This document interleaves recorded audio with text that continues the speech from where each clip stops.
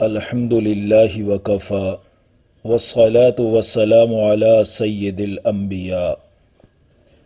قرآن حکیم کلاس میں آج ہم سورۃ النساء کی آیت نمبر 157 تا 162 کو انشاءاللہ سمجھیں گے۔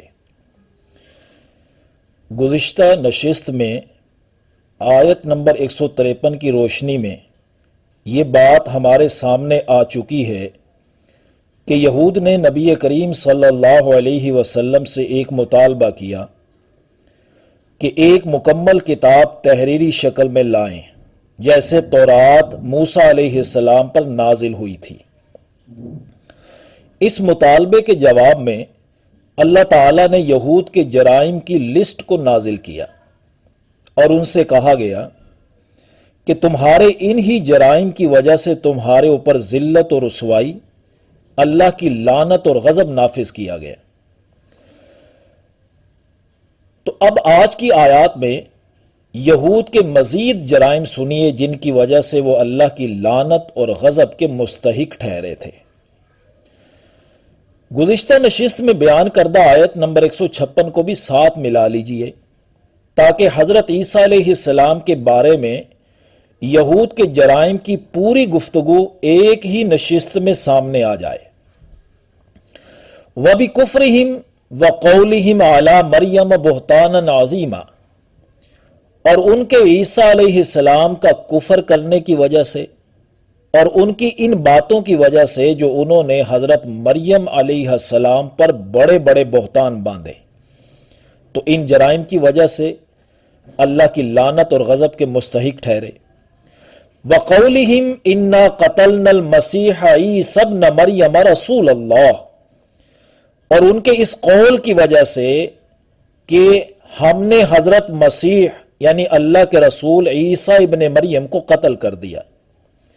اللہ کے رسول کو قتل کرنے کا دعویٰ ہی رسول اللہ سے دشمنی کی دلیل ہے۔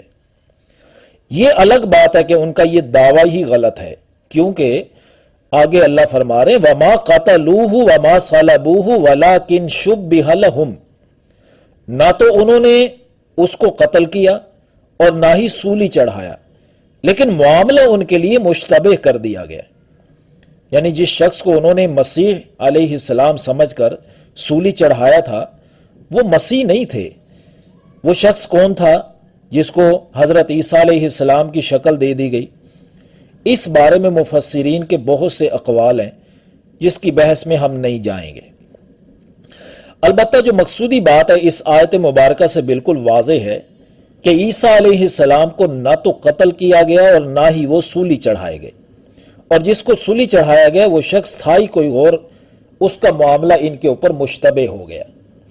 وَإِنَّ الَّذِينَ اخْتَلَفُوا فِيهِ لَفِي شَكٍّ مِّنْهُ، اور جو اس معاملہ کے بارے میں اختلاف میں پڑے ہوئے ہیں وہ یقیناً شکوک و شبہات کا شکار ہیں، انہیں خود بھی کچھ پتہ نہیں ہے کہ کیا ہوا، کیسے ہوا۔ مَا لَهُمْ بِهِ مِنْ عِلْمٍ إِلَّا اتِّبَاعَ الظَّنِّ وَمَا قَتَلُوهُ يَقِينًا، اور ان کے پاس اس بارے میں کوئی علم نہیں، بس تخمینی باتوں کی پیروی کر رہے ہیں، اور یہ بات یقینی ہے کہ انہوں نے حضرت مسیح علیہ السلام کو قتل نہیں کیا اور نہ ہی سولی یا صلیب چڑھایا۔ بل رفعہ اللہ الیہ، بلکہ اللہ تعالیٰ نے اسے زندہ اپنی طرف اٹھا لیا، یعنی آسمانوں کی طرف اٹھا لیا۔ وکان اللہ عزیزا حکیما، اور اللہ تعالیٰ زبردست کمال حکمت والا ہے۔ یعنی تم اپنے فزیکل لاز پر قیاس کر کے یہ مت سوچتے رہنا کہ زندہ آسمانوں کی طرف کیسے اٹھایا جا سکتا ہے، وہاں وہ کیسے رہ سکتے ہیں زندہ۔ تو یہاں فرمایا وہ عزیز ہے، سب کچھ کر سکتا ہے۔ اور یہ کیا کیوں اللہ نے؟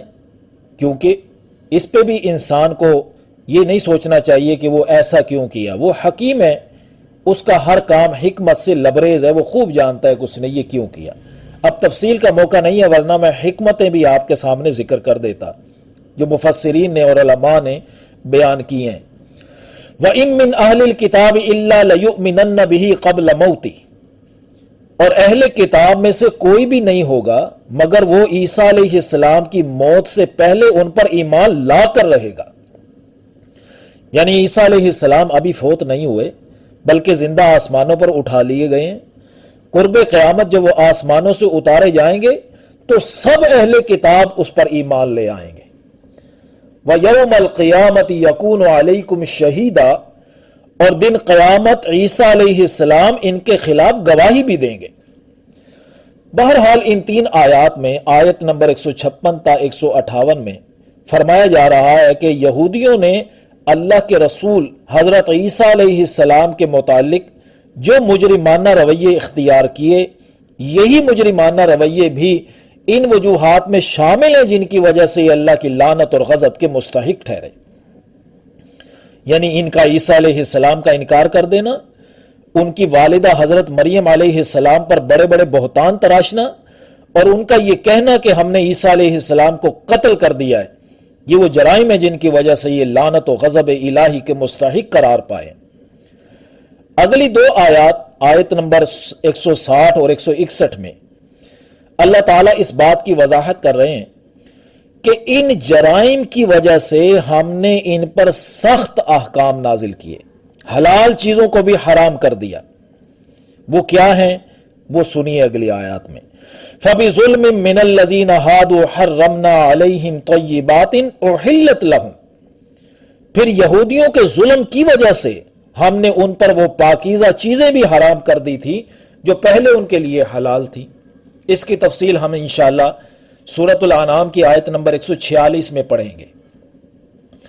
وَبِصَدِّهِمْ عَنْ ذِكْرِ اللَّهِ كَثِيرًا، اور بہت سے لوگوں کو اللہ کے راستے سے روکنے کی وجہ سے بھی، یعنی یہ بھی وہ جرم تھا جس کی وجہ سے حلال چیزیں حرام کر دی گئی کہ یہ خود بھی اللہ کے راستے سے روکتے تھے اور دوسروں کو بھی اللہ کے راستے سے روکتے تھے۔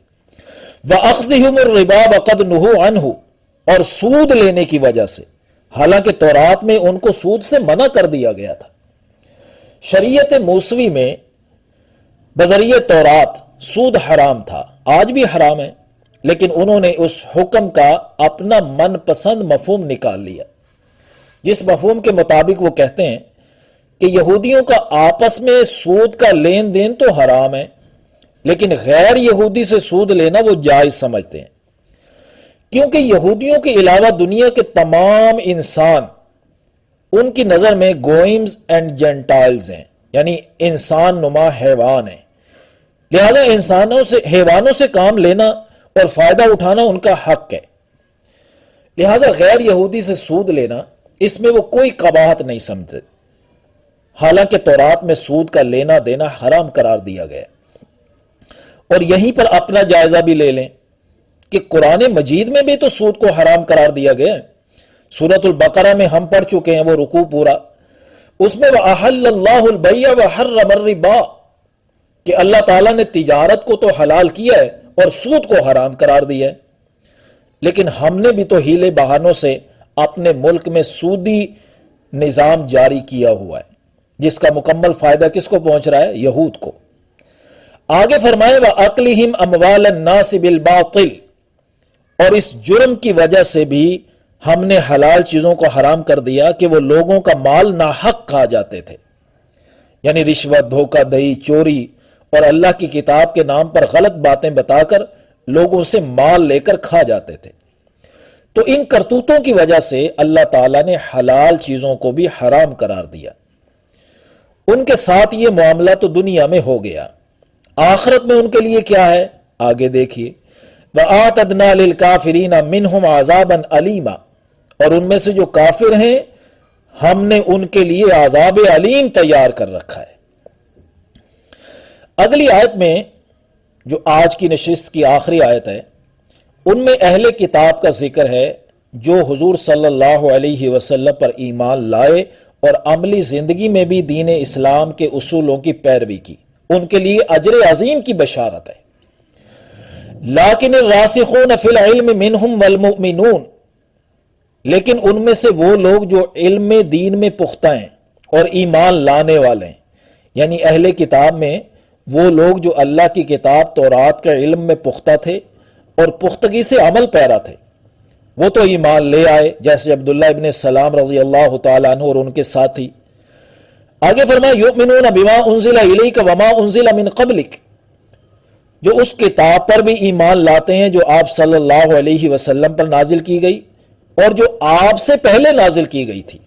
یعنی آپ سے پہلے اگر اللہ کی طرف سے تورات آئی، یہ اس پر بھی ایمان لائے، اور اب اگر اللہ کی طرف سے قرآن حکیم آیا تو یہ اس پر بھی ایمان لائے. والمقیمین الصلاۃ والمؤتون الزکاۃ، اور نماز قائم کرنے والے اور زکوٰۃ دینے والے.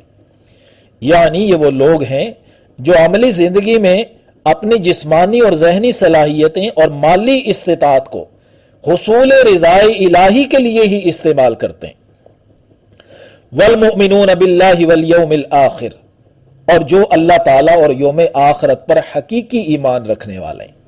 تو یہ تھے وہ اوصاف جو اللہ نے اہل کتاب کے ان لوگوں کے ذکر کیے جن کے لیے اللہ اب آخر میں اجر عظیم کی بشارت دے رہے ہیں. اولئک سنؤتیہم اجرا عظیما، یہ وہ لوگ ہیں جن کو ہم اجر عظیم عطا کریں گے. تو اللہ تعالی ہمیں بھی حقیقی ایمان رکھنے کی اور عملی زندگی میں بھرپور کردار ادا کرنے کی توفیق نصیب فرمائے. آمین یا رب العالمین.